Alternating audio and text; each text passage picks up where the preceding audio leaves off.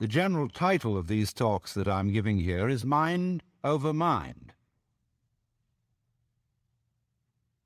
And I'm going into all the various problems which have to do with the control of the mind. And so I might introduce what I'm going to say by saying it from different points of view. For example, if you're interested in communications, it will be the problem of feedback. Or if I may put it in theological terms, how does man follow the will of God if the will of man is perverse? The theologians say, you cannot do this without having divine grace, or the power to follow the will of God. How then do you get grace? Why is grace given to some and not to others? If I cannot follow the will of God by my own effort because my will is selfish, how will my will, which is selfish, be transformed into an unselfish will? If I cannot do it because I am already the selfish will, then grace must do it. If grace has not already done it, why not? Because I didn't accept it? But by definition, I had no power to accept it because my will was selfish. Must I then become a Calvinist and say that only those people who are predestined to receive grace will be able to live the good life? Then we come back to the inadmissible position that people who live evil lives and do not get grace because they are not predestined to it out of the infinite wisdom of the Godhead, then God himself must be held responsible for their evil deeds. And so that is a nice little tangle. If I put this in the language of Oriental philosophy and religion, it would be something like this. The Buddha said that wisdom must come only from the abandonment of selfish craving or desire. One who abandons that desire attains nirvana, which is supreme peace, liberation. Nirvana means, in Sanskrit, blow out. That is, exhale the breath. The opposite, desire, is to breathe in. Now, if you breathe in and hold it, you lose your breath. But if you breathe out, it comes back to you. So the principle here is, if you want life, don't cling to it. Let go. But the problem is, if I desire not to desire, is that not already desire? How can I desire not to desire? How can I surrender myself when myself is precisely an urge to hold on, to cling to life, to continue to survive? I can see rationally that by clinging to myself I may strangle myself. I may be like a person who has a bad habit, as a result of which he is committing suicide. And he knows that, but can't give it up, because the means of death are so sweet. So it all comes down to this basic question, that human beings have for a long, long time been concerned about transforming their minds. Is there any way in which one's mind can be transformed? Or is it simply a process which is nothing more than a vicious circle? I could ask, why have you come here this afternoon? What were you looking for? Would it be too presumptuous of me to say that you were looking for help? That you hoped you would hear somebody who had something to say that would be of help and relevance to you as members of a world which is running into the most intense difficulty. A world beset by a complex of problems, any one of which would be bad enough. But when you add together all the great political, social, and ecological problems with which we are faced, they are appalling. And one naturally says, the reason why we are in such a mess is not simply that we have wrong systems for doing things, whether they be technological, political, or religious, but we have the wrong people. The systems may be all right, but they are in the wrong hands because we are all, in various ways, self-seeking, lacking in wisdom, lacking in courage, afraid of death, afraid of pain, unwilling really to cooperate with others, unwilling to be open to others. And we all think that's too bad. It's me that's wrong. And if only I could be the right person. Is this man going to tell me something that will help me to change myself so that I will be a more creative and cooperative member of the human race? I would like to improve. So in so many people's minds and from so many different angles, there is this urgent feeling that I must improve me. And this is critically important because it's obvious that, at least it's superficially obvious, that the way things are, we are going to hell fast.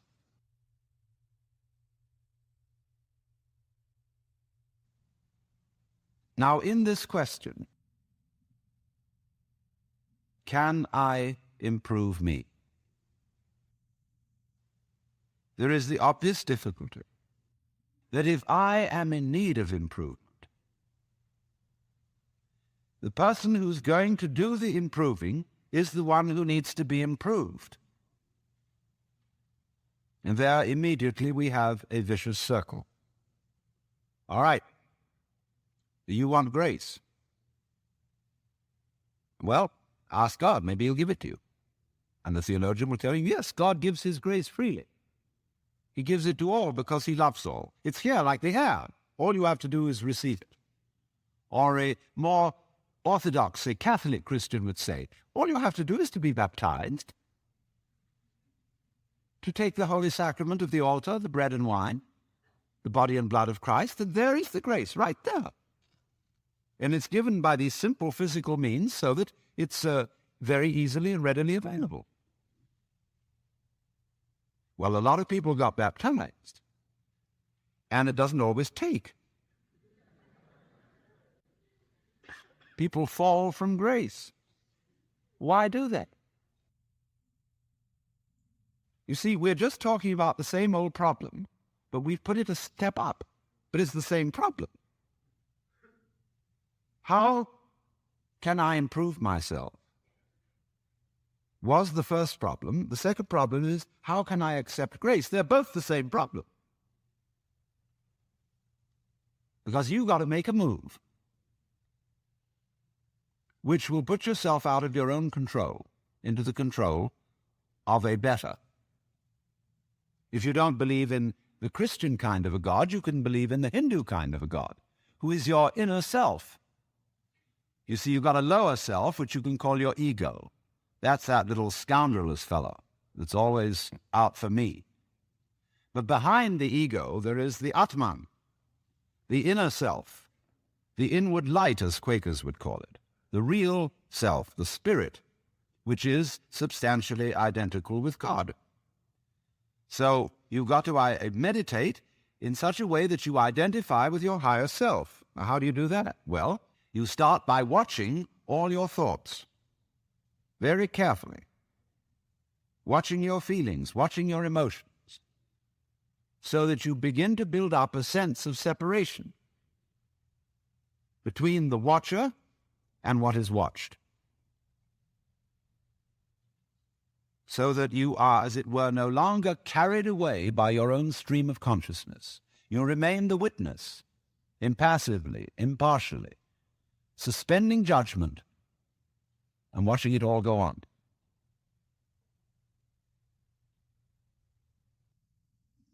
That seems to be something like progress. At least you're taking an objective view of what is going on. You are beginning to be in a position to control it. But just wait a minute. Who is this self behind the self, the watching self? Can you watch that one? It's interesting if you do, because you find out, of course, that this is just as the problem of grace is nothing more than a transposition of the first problem. How am I to be unselfish? By my own power. It becomes, how am I to get grace by my own power? So, in the same way, we find that the watching self, or the observing self, behind all our thoughts and feelings, is itself a thought. That is to say, when the police enter a house in which there are thieves, the thieves go up from the ground floor to the first floor. When the police arrive on the first floor, the thieves have gone up to the second, and so to the third, and finally out to the roof. And so when the ego is about to be unmasked, it immediately identifies with the higher self. It goes up a level, because the religious game is simply a refined and highbrow version of the ordinary game. How can I outwit me? How can I one-up me? So, if I find, for example, that in the quest for pleasure, the ordinary pleasures of the world, food, sex, power, possessions, all this becomes a drag. And I think, no, it isn't there. So I go in for the arts and literature, poetry, music. And I absorb myself in those pleasures. And after a while, they aren't the answer. So I go to psychoanalysis, you see. And then I found out that's not the answer. I go to religion. But I'm still seeking what I was seeking when I wanted candy bars. I want to get that goodie. Only I see now that, of course, it's not going to be a material goodie. All material goodies fall apart. But maybe there's a spiritual goodie that's not going to fall apart. But in that quest, the quest is not different from the quest for the candy bar. Same old story, only you've refined the candy bar and made it abstract and holy and blessed and so on. So it is with the higher self. The higher self's your old ego. And you sure hope it is eternal, indestructible and all-wise. But then the great problem is how to get that higher self working. How does it make any difference to what you do and what you think? I know all kinds of people who've got this higher self going, practicing their yoga, but they're just like ordinary people, sometimes a little worse. And they can fool themselves. They can say, for example, well, my point of view in religion is very liberal. I believe that all religions have divine revelation in them. But I don't understand the way you people fight about it. You fight and say that we Jehovah's Witnesses have the real religion. Others say, well, we Roman Catholics have it. And the Muslims say, no, it is in the Quran. And this is the right way. And somebody else gets up, and he may be a rather highbrow Catholic, and say, well, God has given the Spirit through all the traditions, but ours is the most refined and mature. And then somebody comes along and says, well, as I said, they're all equally revelations of the divine. And in seeing this, of course, I'm much more tolerant than you are. You see how that game is going to work? See, I could take this position. Supposing you regard me as some sort of a guru. And you know how gurus hate each other. They're always putting each other down. And I could say, well, I don't put other gurus down. See, that outwits all of them. See, we're always doing that. We're always finding a way to be one up. And by the most incredibly subtle means. So you see that, you see? Then you say, I realize I'm always doing that. Now tell me, how do I not do that? I say, why do you want to know? Well, I'd be better that way. Yeah, but why do you want to be better?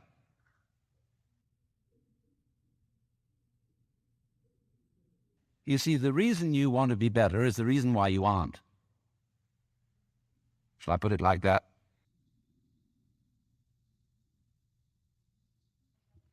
We aren't better because we want to be.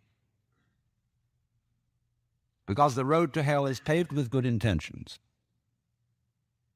Because all the do-gooders in the world, whether they're doing good for others or doing it for themselves, are troublemakers.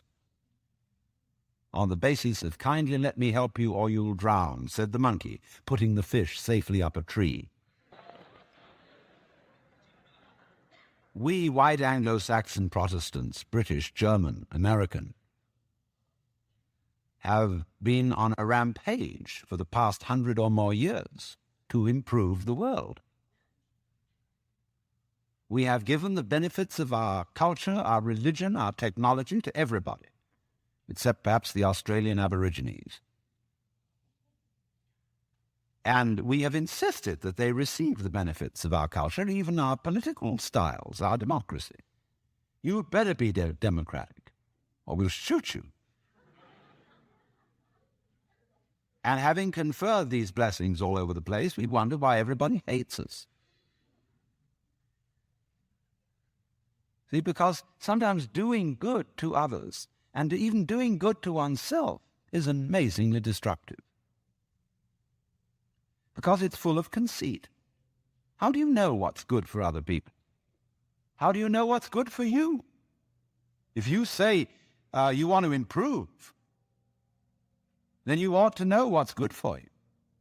But obviously you don't. Because if you did, you would be improved.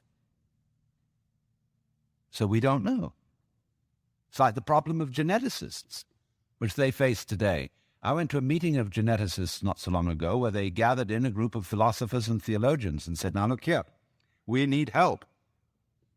We now are on the verge of figuring out how to breed any kind of human character we would want to have. We can give you saints, philosophers, scientists, great politicians, anything you want. Just tell us, what kind of human beings ought we to breed?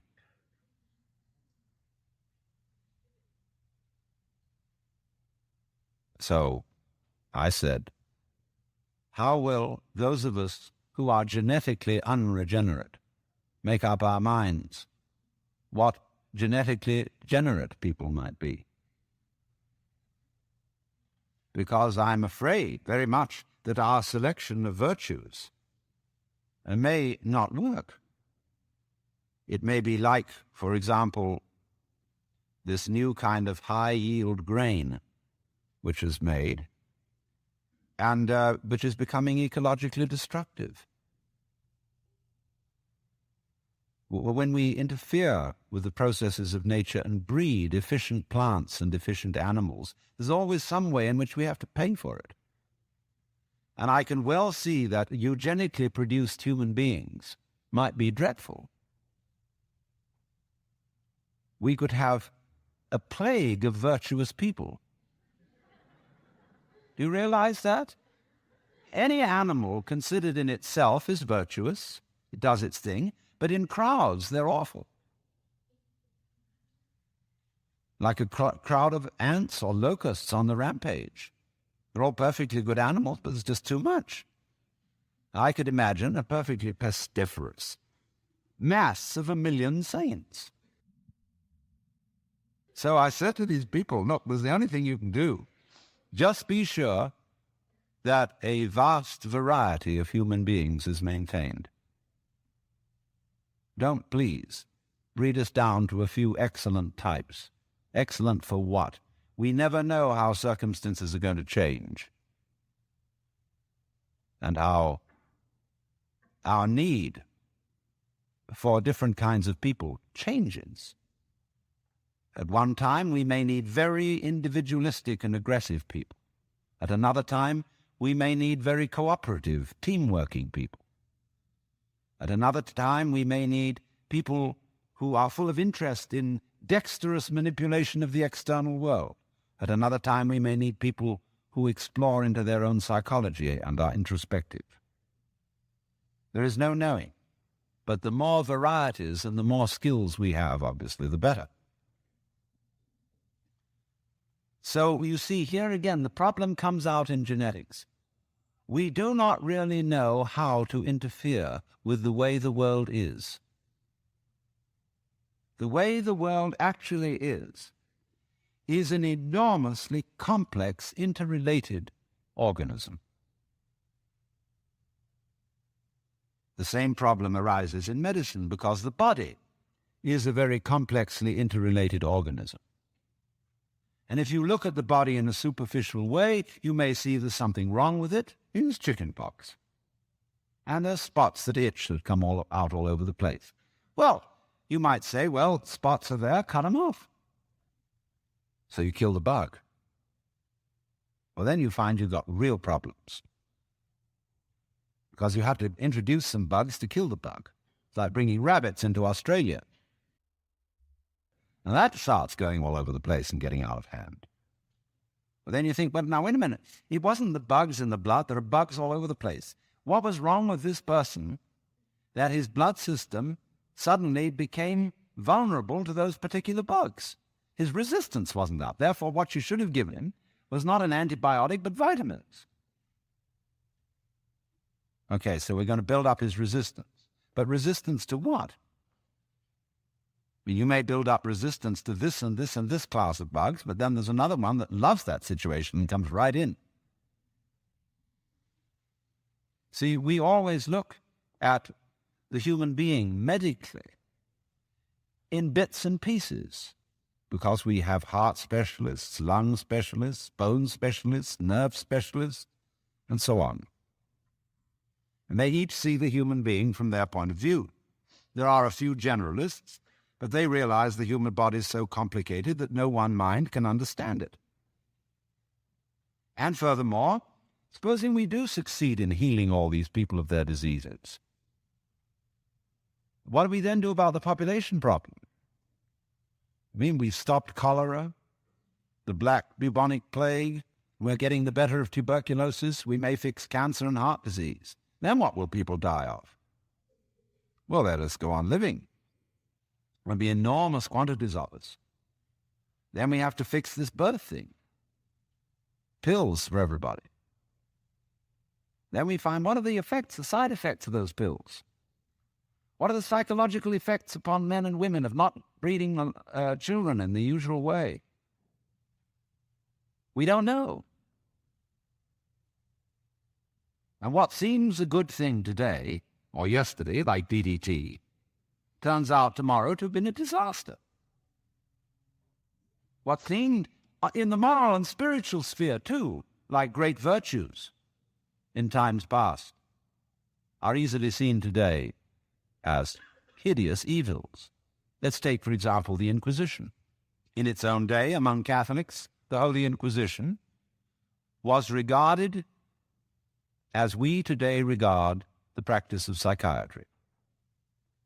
You feel that in curing a person of cancer, almost anything is justified.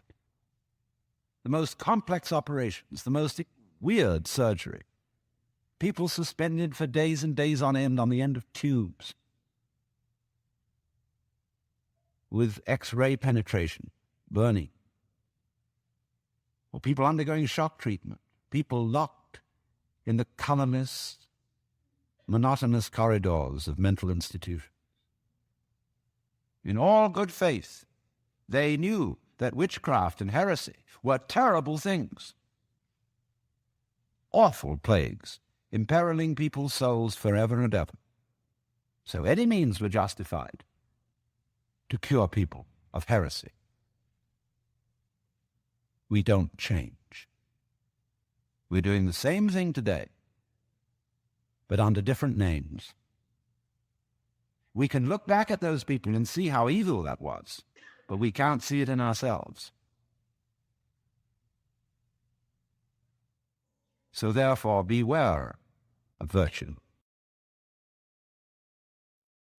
Lao Tzu, the Chinese philosopher, said, "The highest virtue is not virtue, and therefore really is virtue. But inferior virtue cannot let go of being virtuous, and therefore is not virtue." Translated in more of a periphrastic way, the highest virtue is not conscious of itself as virtue, and therefore really is virtue. Lower virtue is so self-conscious that it's not virtue. In other words, when you breathe, you don't congratulate yourself on being virtuous. But breathing is a great virtue. It's living.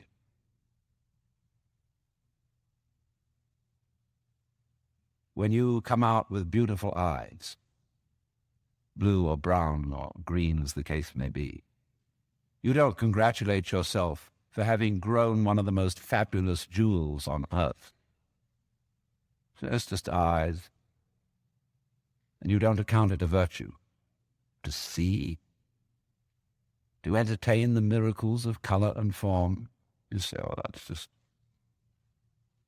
But that's real virtue. Virtue in the sense, the old sense of the word, as strength, as when we talk about the healing virtue of a plant. That's real virtue. But the other virtues are stuck on. They're ersatz, they're imitation virtues. And they usually create trouble. Because more diabolical things are done in the name of righteousness. And be assured that everybody of whatever nationality or political frame of mind or religion always goes to war with a sense of complete rightness. The other side is the devil. Our opponents, whether in China or Russia or Vietnam, have the same feeling of righteousness about what they're doing as we have on our side. And a plague on both houses. Because, as Confucius said, the goody-goodies are the thieves of virtue, which is the form of our own proverb. The road to hell is paved with good intentions. So, in a way, the moral, or the immoral, of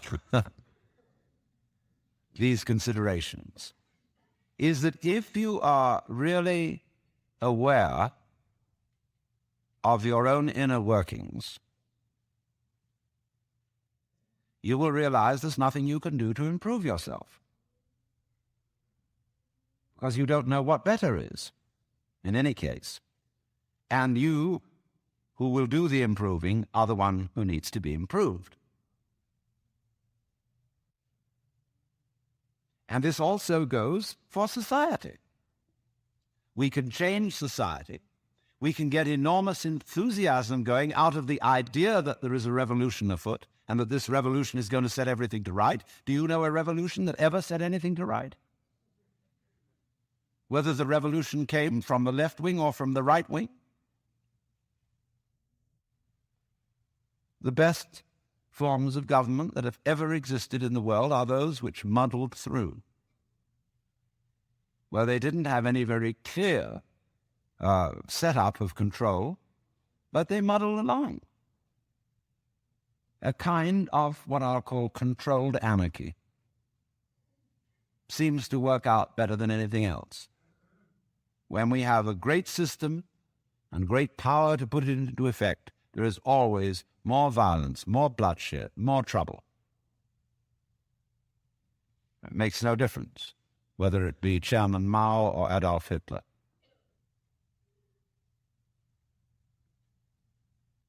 So, what instead, therefore, if we see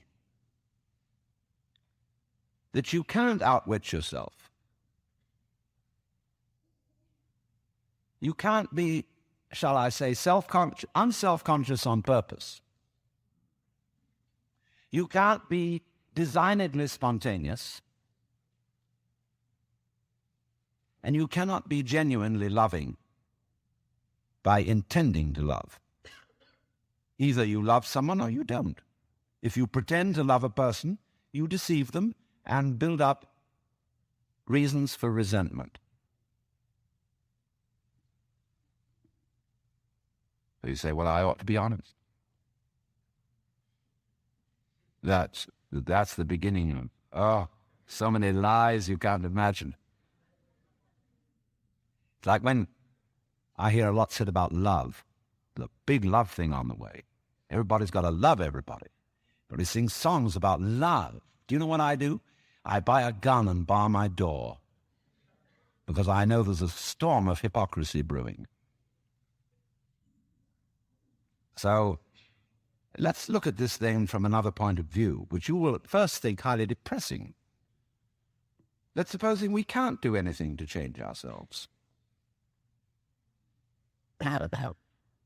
Suppose we're stuck with it.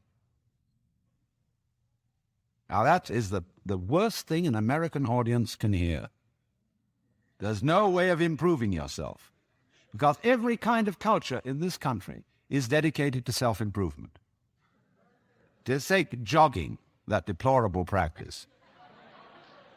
It's a very nice thing to run and to go dancing across the hills at a fast speed. These joggers, shaking their bones, rattling their brains, running on their heels. And because there's a grimness about it, it's determinately good for you. See? Why do you go to school? There's only one reason for going to school. And that is that somebody's got something here, whether it's a professor or a library, that you want to find out. That you are incredibly interested in. How to write Chinese characters or how to understand botany. And you would like to know. You're just interested in flowers. And you would like to find out everything there is to be known about them. That's the point of coming here. Or you might like to know how to practice yoga. There are courses now being offered at UCLA on Kundalini Yoga for credit. Pretty funny when I think back 10 years. But the whole point of coming to school is that you're interested in something.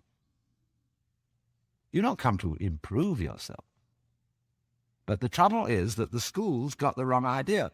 They gave people honors for learning.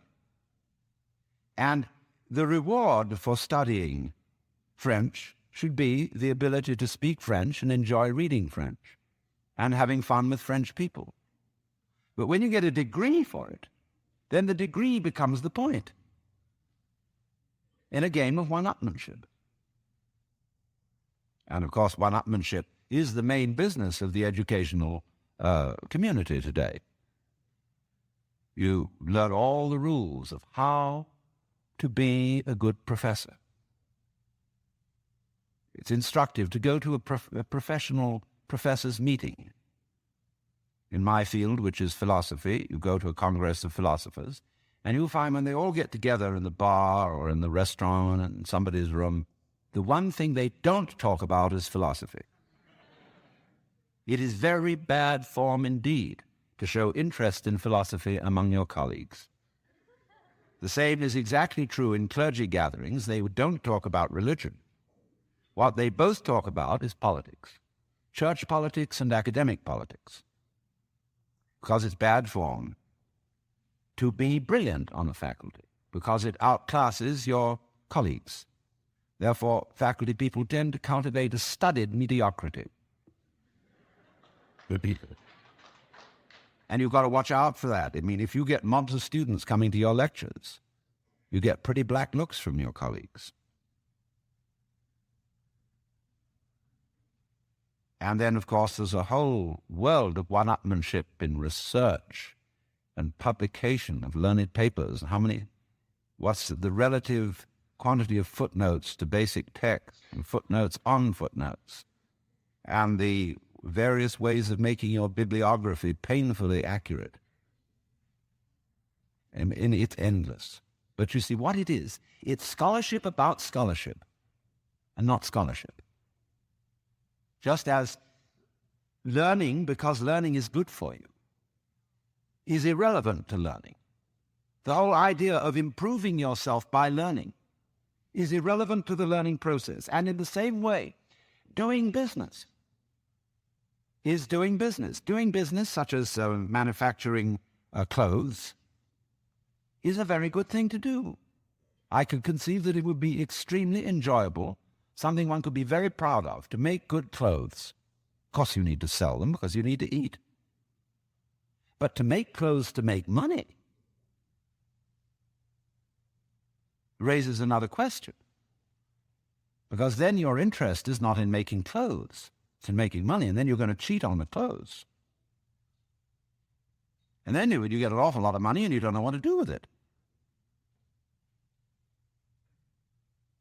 You can't eat 10 roasts of beef in one day. Can't live in 6 houses at once. Can't drive 3 Rolls Royces at the same time. What are you to do? Well, you can just go make more money. You put your money back, invest it in something else, and it'll make more. You don't give a damn how it's made, so long as they make it. You don't care if they foul the rivers, put oil fumes throughout the air everywhere, kill off all the fish. So long as you see these figures happening. You're not aware of anything else. So, you see, you went out to do a self-improvement thing. Making money, you see, is a measure of improvement, a measure of your economic worthwhileness. Or at least that's what it's supposed to be. It isn't anything of the kind. But you went out, in other words, for the status instead of for the actuality. So if, in other words, you do an art, you're a musician. Why do you play music? The only reason for playing music is to enjoy it. If you play music to impress an audience, to read about yourself in the newspaper, you're not interested in music. So in the same way, why do I come and talk to you? Because I enjoy it. I like the sound of my own voice. I'm interested in what I'm talking about, and I get paid for it. And that's smart in this life, is to get paid for what you enjoy. So here's the situation, you see. There is the whole idea of self-improvement is a will-o'-the-wisp and a hoax. That's not what it's about. Let's begin where we are. What happens if you know beyond any shadow of doubt that there is nothing you can do to be better? Well, it's kind of a relief, isn't it? Now, you say, well, now what will I do? See, there's a little fidget comes up. Because we're so used to making things better, leave the world a better place than when you found it, sort of thing. I want to be of service to other people, and all these dreadfully hazy ideas. And so we think, there's that little itch still. But supposing instead of that, seeing that there isn't really anything we can do to improve ourselves or to improve the world, if we realize that that is so, it gives us a breather in the course of which we may simply watch what is going on. Watch what happens. Nobody ever does this, you know. And therefore, it sounds terribly simple. It sounds so simple that it looks as if it isn't worth doing. But you ever just watched? Watch what's happening. And watch what you are doing by way of reaction to it. Just watch it happen. And don't be in a hurry to think you know what it is. In other words, people look at say, well, that's the external world. Oh, how do you know? The whole thing, from a neurological point of view, is happening in your head. That you think there is something outside the skull is a notion in your nervous system. There may or may not be, but it's a notion in your nervous system. You think this is the material world. Well, that's somebody's philosophical idea. Or maybe you think it's spiritual. That too is somebody's philosophical idea. This real world is not spiritual. It is not material. The real world is simply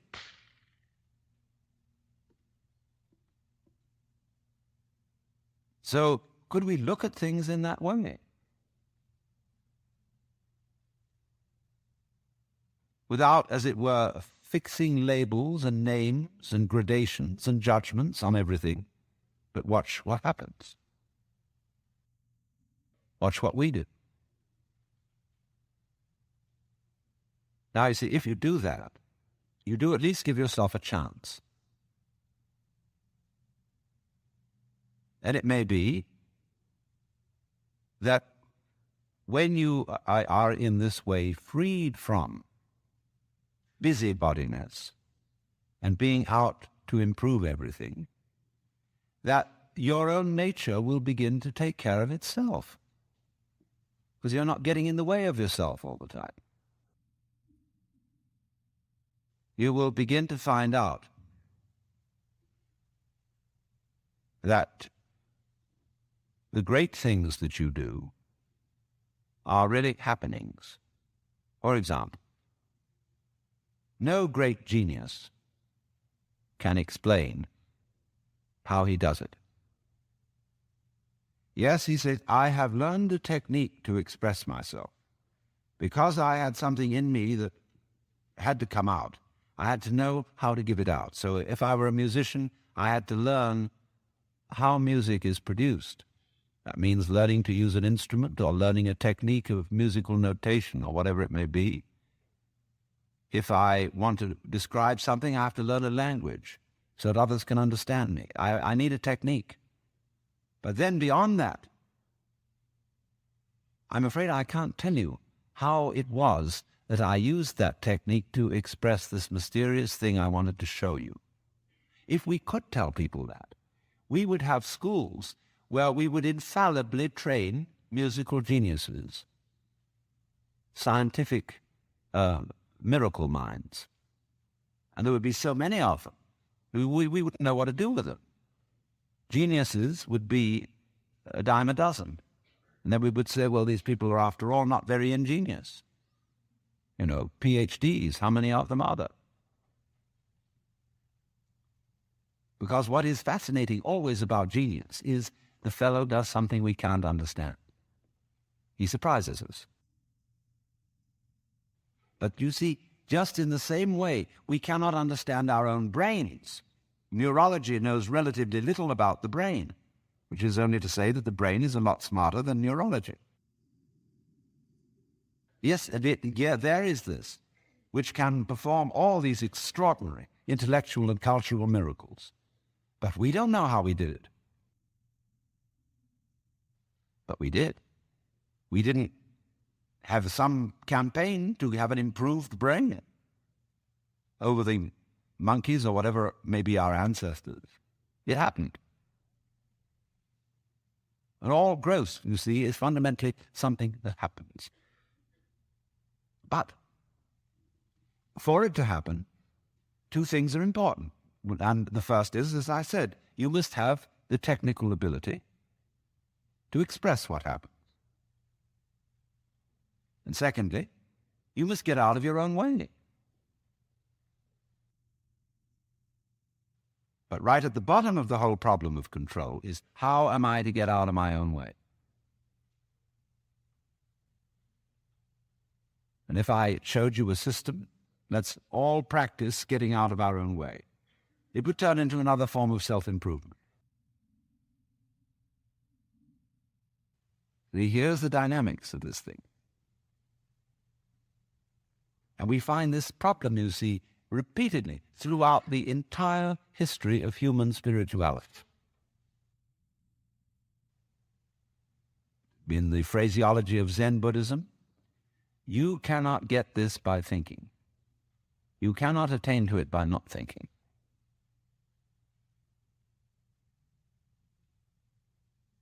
It is only, you see, as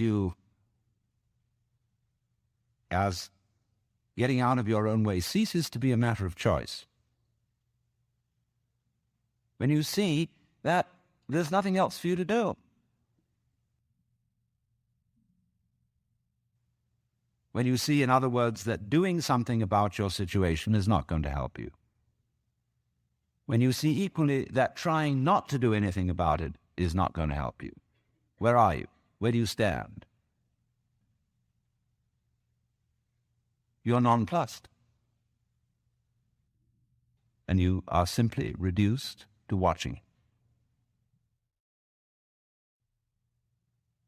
Now you may say, I need some help in this process, and therefore I am going to find someone else to help me. It may be a therapist. It may be a clergyman. It may be a guru. It may be any kind of person who teaches a technique of self-improvement.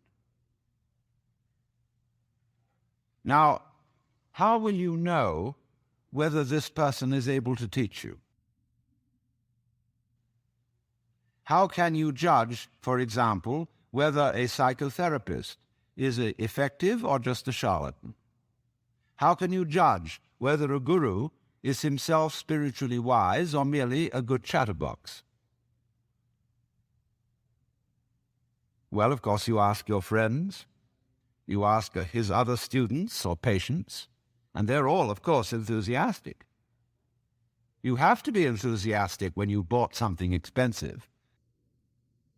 If you bought an automobile which turned out to be a lemon, it's very difficult to admit that it was a lemon and that you were fooled. And it's the same when you buy a religion or an expensive operation. But what people do not sufficiently realize is that when you pick an authority, whether it's a psychotherapeutic one or a religious one, you chose it. In other words, that this fellow or this book or this system is the right one is your opinion. And how are you competent to judge?